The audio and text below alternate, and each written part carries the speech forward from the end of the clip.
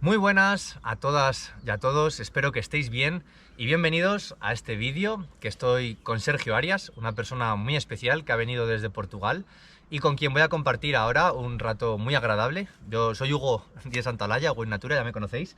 Y la charla, la temática de este vídeo van a ser pues distintos puntos sobre conservación de la biodiversidad en un entorno paradisíaco, como es este, de la Sierra de Guadarrama. Pues sí, Hugo, un placer estar contigo aquí. Ya es un tiempo que nos conocemos y nos seguimos. He venido a Madrid porque estábamos implicados en diversos asuntos. Hemos visto el estreno de una serie que no os podéis perder, de Javier Peña, la serie Hope, que vimos el primer capítulo y sensacional, y está ahora mismo en Televisión Española. Y también venía a Madrid porque íbamos a asistir a la liberación de unos bisontes. Estabas invitado, por supuesto, pero no ha podido ser por temas laborales. Entonces, todo esto, pues como dice Sergio, lo podéis ver, saldrán vídeos de lo Esto de los irá bisontes. saliendo. Y creo que también era una ocasión muy buena para que tratásemos algunos asuntos de naturaleza, que hay mucha gente que tiene un interés genuino como tenemos nosotros, de que estáis ahí, y creo que vale la pena que le demos su tiempo, ¿no? Entonces, yo había planteado una serie de temas que creo que son interesantes, y es el primero, ¿vale? Vamos a ello, vamos al asunto. ¿Cuáles piensas, Hugo, que son los principales problemas que afronta ahora mismo la conservación de la naturaleza en general? Y en concreto luego podemos hablar también del caso de España, si te parece, Sí. pero primero vamos a hacer una propuesta general. Sí. Bueno, yo, para los que ya me conocéis, normalmente no estoy acostumbrado a este tipo de vídeos así medio entrevista. Sergio es más experto en hacer charlas así de diálogo. Y pues bueno, no estoy tan acostumbrado porque mi lenguaje es muy de hablar a la cámara, soltar algo así. Y esto pues es un lenguaje más natural, ¿no? Entonces pues bueno, yo creo que es otro formato de vídeo y muy interesante para hablar de todos estos temas con un poco más de trasfondo, ¿no? O pudiendo exponerte mejor porque dices, vale, no tengo que hacer un vídeo en tanto tiempo. Para mí, el principal problema de conservación de la biodiversidad, y te lo puedo poner en solo una palabra, es el egoísmo. Es la principal amenaza, yo creo, de la biodiversidad. O sea, obviamente hay muchísimos, todos lo sabemos en el periodo en el que nos encontramos, pues desde pérdida de hábitat, pues tráfico de especies, especies invasoras, no sé, hay muchísimos temas que pueden amenazar la biodiversidad, ¿no? Pero para mí la amenaza es el egoísmo del ser humano. Creo que estamos en el antropoceno, hay gente que todavía duda de que estemos en un periodo en el que el ser humano es el que tiene el impacto. Yo lo creo profundamente, es decir, de aquí a cuando dentro de, no sé, de 1 millón de años los espeleólogos levanten el sustrato en el que vivimos nosotros, van a aparecer pues todo huesos de mascotas y plásticos, y yo creo que eso ya marca que estamos en el antropoceno, ¿no? Y creo que pues al ser la especie que más capacidad tiene de modificar el entorno, somos los que condicionamos a las otras especies. Entonces somos la principal causa, pero no me gusta decir que somos el principal problema. Entonces quiero decir, por eso creo que el problema del ser humano no es el ser humano per se, sino nuestro egoísmo como especie. Es decir, todo lo que hacemos en cada día, cómo funcionamos económicamente, cómo funcionamos como sociedad, ¿no? Al final yo creo que la conservación de la naturaleza es algo egoísta, tanto a nivel como sociedad, como incluso a nivel individual, porque todas nuestras acciones cuentan y al final pues que una especie esté más en un grado de conservación más desfavorable que otra es porque al final te interesa más o te interesa menos, o quieres dar más dinero a esa especie o quieres dar menos dinero, o estás dispuesto a cambiar tu forma de hacer ciertas cosas con tal de beneficiar a esa especie. Entonces yo creo que es un poco el egoísmo, ¿no? El hasta dónde estamos, dispuestos a llegar. Sí, desde luego las acciones individuales parecen no ser significativas cuando estamos hablando de efectos a escala macro, ¿no? Las estadísticas siempre se hacen a una magnitud en la cual ni siquiera el más egoísta e irresponsable, incluso más poderoso de los seres humanos, bueno, eso también sería que tal vez entre los más poderosos sí que puede haber un impacto real negativo a la hora, o positivo, a la hora de cómo se amplifica, ¿no? su voluntad, ¿no? como digo, para bien o para mal, pero en términos generales, el hecho de que yo ahora mismo coja y tire una lata de Una pila. una pila, ¿no? Con las que estoy usando para grabar, ¿no? En esta grabadora, esta conversación, pues a lo mejor una pila no pasa nada, pero claro, ¿cuánta gente viene a Guadarrama mensualmente? Son seguramente decenas de miles de personas y en las estaciones puntas, tal vez, estando Madrid aquí al lado, cerca de cientos de miles, ¿no? Anualmente debe de ser un montón. Sí. Imagínate, ese es otro de los problemas, la imagínate que masificación. solo un 10% te digo, estaríamos hablando de una victoria abrumadora de la gente responsable, un 90% de responsables y solamente un 10% de irresponsables del total de las personas que vienen a Guadarrama, que lanzan plásticos, que, en fin, yo qué sé. Es un ejemplo, sí. Lo que sea, ¿no? Tiran una pila o cualquier cosa que se te ocurra, ¿no? Ese 10%, si estamos hablando de que Guadarrama es visitado por 1 millón de personas al año, serían 100.000 personas, sería lo suficiente como para que esto fuese, lejos de ser un entorno paradisíaco, fuese un vertedero. Es decir, las malas acciones tienen la capacidad de contaminar y tienen la capacidad de influir, por desgracia, mucho más que las buenas acciones, porque las buenas acciones en realidad como que se alinean con el estado normal de las cosas, mientras que las malas acciones como que suponen una ruptura abrupta, ¿no? Con ese orden natural de las cosas. Entonces, lo bueno es por así decirlo, lo que debe de ser para que las cosas sigan siendo lo que deben de ser, y lo malo es rompedor. Entonces, es una pena eso. Pero también es cierto, y yo aquí, continuando con el problema de la biodiversidad y engarzando el asunto con el tema del egoísmo, también es cierto que el ser humano, en la medida que amplifica sus capacidades, porque cada vez somos más sofisticados en términos científicos, tecnológicos, etc., pero también a nivel conceptual somos mucho más sofisticados, aparecen nuevas formas de pensar, como es el rewilding, que es el tema en el que yo estoy especializado, que nos hablan de que nosotros también podemos contribuir positivamente y amplificar incluso la creación de vida. Es decir, nosotros podemos no solamente limpiar o restaurar lo que hemos hecho, sino que incluso podemos introducir agentes en el entorno para compensar todos aquellos espacios que hemos erosionado y que eran muy fértiles. Pensemos, por ejemplo, charcas de agua que se hacen ahora, charcas para anfibios, en zonas que están experimentando fenómenos de sequía cada vez más fuertes. Bueno, pues esa charca para anfibios es, en principio, un elemento antrópico, en principio no, es un elemento antrópico, pero su función en el ecosistema es altamente positiva, y yo estoy a favor de que hagamos ese tipo de cosas para paliar ese egoísmo, ¿no? Que nos está llevando hasta el día de hoy, ¿no? Hombre, ahí es un buen ejemplo y por eso os animábamos a verlo, ¿no? El documental justo que ha salido de Hope, de Esperanza, porque pone muchos ejemplos de este tipo, ¿no? De iniciativas que están haciendo, que ya no solo es conservar la naturaleza, sino intentar ir un pasito más allá y conseguir naturaleza, conseguir biodiversidad, rescatar el planeta. Entonces eso es muy interesante. Yo pienso también con respecto a cuál sería mi opinión sobre cuál es el principal problema de la conservación. Por supuesto, hay muchos que se dicen, que ya son altamente conocidos y habréis oído hablar sobre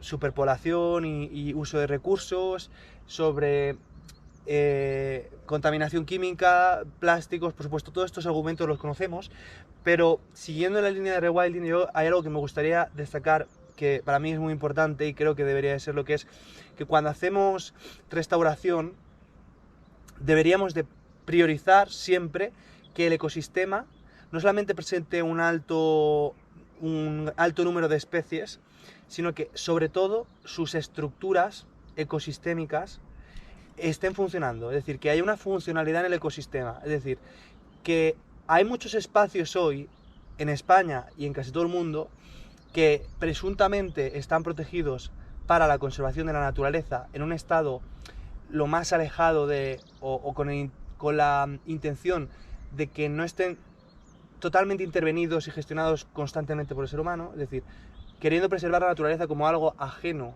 a la cultura, a lo que los seres humanos son. En muchos casos hay una hibridación total. Por ejemplo, pensemos cómo la ganadería en extensivo pues forma parte de la tradición asturiana, y en picos de Europa pues hay ganadería en extensivo, y no vamos a forzar a nadie, no estoy diciendo que haya que... Pero sí es cierto que a escala global, sobre todo, hay muchos parques naturales, parques nacionales, y en España también, en muchos sitios como por ejemplo Doñana, el corazón de Doñana, etcétera, donde se intenta o se ha intentado que los ecosistemas estén autónomos de nuestra gestión, que sean espacios de naturaleza autónoma, de naturaleza autosuficiente. Y yo creo que si no recuperamos esos elementos naturales que dan funcionalidad, si no priorizamos, por ejemplo, que haya grandes carnívoros en esos espacios, grandes herbívoros, allí donde hayan desaparecido, nunca vamos a recuperar esa naturaleza y esa biodiversidad que pienso que en el fondo persigue la restauración, ¿no? Sí, de hecho nos encontramos en un entorno que, como podéis ver, todo esto es un pinar, ¿no? Y al ser un pinar, todo esto fue de repoblación, porque aquí esto, después de la guerra civil, estaba todo el monte pelado, había mucha pobreza, todo el mundo, vamos, no había ni un árbol, y se plantó todo con pinos para evitar la erosión. Y actualmente hay distintos problemas que afectan a esta zona, como puede ser la procesionaria y otras enfermedades, pues más de hongos o de la seca del pino, distintas, ¿no? Entonces, pues a mí me gusta lo que tú mencionas, ¿no? De los equilibrios dentro de un ecosistema, porque claro, la procesionaria la vemos como un problema, ¿no? No todo el mundo, pero generalmente, pues cuando hay procesionaria aquí, todo el mundo avisa, cuidado que está la oruga, cuidado con los perros, ya está el gusano este, que es una plaga, ¿no? Y la pobre procesionaria, o sea, quiero decir, es un síntoma. O sea, ese bicho está aquí, pero porque todo esto se plantó como un pinar. Es decir, esto pues sería el típico bosque mediterráneo, tendría una cadena de sucesión, pues no sé, las zonas bajas de Guadarrama y Fresnos, y según subes va pasando a pues más melojar, pues así de roble, luego sí que hay una zona pues más de pinar, tampoco del pino resinero este, más pino silvestre, y luego habría ya como más retamas, ¿no? O sea, quiero decir, más especies, una diversidad de especies, ¿no? Entonces, al no estar esa biodiversidad de especies, ya se ha alterado el ecosistema, ¿no? Y aunque nosotros estamos interviniéndolo constantemente, pues para que se mantenga así, porque así es como nos parece que está bonito, a lo mejor no es tan funcional. Entonces, por eso la procesionaria, ¿no? U otras especies que a lo mejor nosotros pensamos que pues no tienen un papel, la procesionaria es una plaga, entre comillas, pero porque ella lo que busca es comer pino. O sea, ella no busca perjudicar el bosque, Por ella cierto, come pino. una función que muy pocos animales aprovechan. Es decir, que la procesionaria convierte el pino en biomasa que puede ser aprovechada por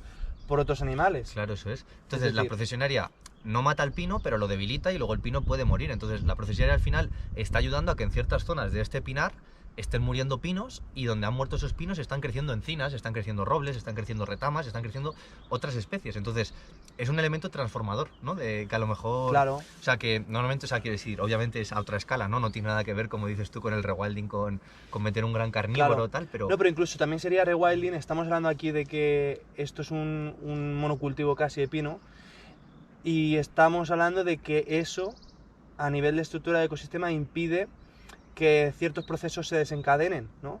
Entonces, a mí no me parecería nada descabellado, y me vas a contar ahora qué te parece a ti esta idea. No soy el primero que la propone, pero evidentemente no vas a quemar ni talar todos los pinos, porque además esos pinos, por suerte, están sujetando el suelo. Es una especie autóctona, quiero decir, que no es que el pino sea una especie invasora, pero a lo mejor sí deberíamos de talar 1 de cada 3 o 2 de cada 3 pinos aquí, y plantar encina, coscoja, alcornoque, etc, etc, etc, ¿no? Y eso sería un proyecto de rewilding, además de muchas otras acciones que se tengan que hacer, y a lo mejor son prioritarias frente a esto. Pero es un fenómeno que vemos que está en muchos ecosistemas. Yo me acuerdo visitando Escocia que sucedía lo mismo, ¿no? La estampa es hermosa, como esta de la que estamos ahora, pero cuando uno se acercaba veía que eran monocultivos, y en muchas ocasiones de lejos no lo parecía, pero cuando entrabas, monocultivos ordenados además. Es decir, aquí vemos que los pinos están dispuestos de una manera bastante espontánea, y caminando por aquí uno siente que está en la naturaleza, que bueno, los animales les da igual que esté ordenado o deje de estar ordenado luego en la práctica, pero que sí que es sintomático cuando vas a un sitio y ya no solamente ves una sola especie de árboles, sino que encima además están en cuadrícula, sí, en hilas, ¿no? En hilos. Entonces, sí, en alguna zona he visto en Valdelatas, en Madrid hay una de esas, Valdelatas, y han hecho ahí como muchas pruebas, ¿no? Y también igual era un pinar y plantaban encinas en los pies del pino y porque la encina al parecer crecía mejor y luego sacaban el pino y dejaban que ya la encina era la que terminara de crecer o... Lo están haciendo, ¿no? Y luego ya talaban el pino cuando luego ya ya la talaban tenía... el pino, algo Claro, así. claro, claro. Sí, sí, sí. No sé, que luego al final el ecosistema va cogiendo dinámica, ¿no? Y una vez empieza a haber ciertas especies, ya luego el ecosistema avanza más rápido, ¿no? O sea, me refiero a nada que empieza a haber un árbol ya con semillas, pues ya los pájaros, por ejemplo, otras especies que no tienen más alimento por la zona, van a justo a centrarse en esas semillas y luego ayudan a dispersarlas. O sea, me refiero que al final quizás las etapas iniciales son más lentas, pero según el bosque va cambiando de estados de madurez, Sí. pues se va acelerando. Yo creo que es así. Claro, y un ecosistema simplificado puede alcanzar un relativo equilibrio. Hemos hablado antes de grabar esta entrevista que, bueno, que la ecología en las últimas décadas ha cambiado, que la idea del equilibrio ecológico ha madurado hacia la idea de los metaequilibrios, es decir, los equilibrios dinámicos, es decir, los ecosistemas no se mantienen estables y solamente cambian si son alterados por elementos externos, sino que dentro del propio ecosistema también hay dinámicas porque la genética de los animales que habitan en ellos evoluciona, por mil factores que son probabilísticos. Hay dinámicas internas del ecosistema porque los animales también tienen conducta y esa conducta no es determinista, es probabilística pero no determinista. Entonces, dentro del ecosistema hay dinámicas que hacen que el ecosistema evolucione. Y está claro que los ecosistemas pueden ser más simples o más complejos. Nosotros hemos simplificado gran parte de los ecosistemas de la Tierra y en algunos casos se ha alcanzado ese equilibrio con estructuras simples. Y se ha alcanzado ese, como yo digo mucho en mi investigación, orden espontáneo. Los elementos de manera... la suma del total de las interacciones ecológicas de ese ecosistema es estable, es relativamente estable, pero desde luego no nos vale la pena, sobre todo cuando hablamos de conservación, ¿no?, intentar mantener ecosistemas que han sido, sobre todo, que han sido simplificados por el ser humano, porque diferente es que un ecosistema es simple, por ejemplo, ecosistemas árticos terrestres en el círculo polar ártico, pues tienen muy poca biodiversidad en comparación con los que puede haber en una selva tropical, ¿no? Y lo mismo sucede en los mares, los ecosistemas... uy, mira qué bonito, la garza por ahí. Ah, no, es una cigüeña. No, es una garza. Es una garza, ¿no? Una garza, sí, sí. Tienes mejor vista Claro, que yo. es que en estas cosas Sí. más tienes pescadores, gaviotas, Sí, garzas... sí, una maravilla. Tenemos aquí un sapo corredor que a ver si sale ahora. Os lo ponemos aquí de toma. Os lo pondremos. Que bueno, que hay ecosistemas que son más simples o más complejos de manera totalmente natural, y yo creo que los ecosistemas naturales simples, ahí el ser humano no tiene por qué intervenir para aumentar la diversidad ni nada por el estilo, pero sí es cierto que allí donde tenemos constancia de que ha habido una simplificación por parte del ser humano, sí que creo que es pertinente que nosotros... Yo soy filósofo, no...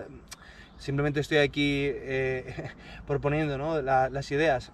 Ecólogos como tú, ¿no?, personas que conocéis el medio, científicos, asistáis esa mejoría. Un ecosistema, cuanto más complejo es, más adaptativo a los cambios. Sí, más resiliente, sí, sí. Más resiliente, más productivo normalmente, ¿no?, en términos de biomasa, porque hay nuevos procesos. Y también se propio autorregula. O sea, se ha visto en muchas zonas, pues al final...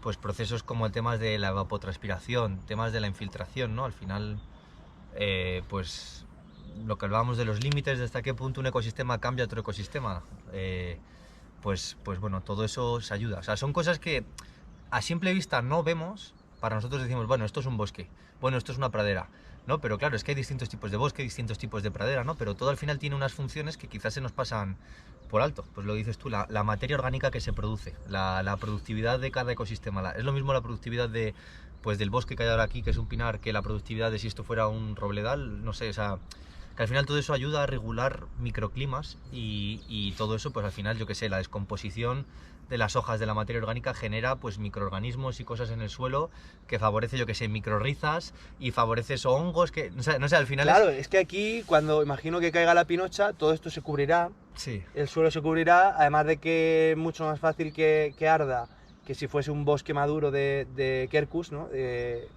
quercus,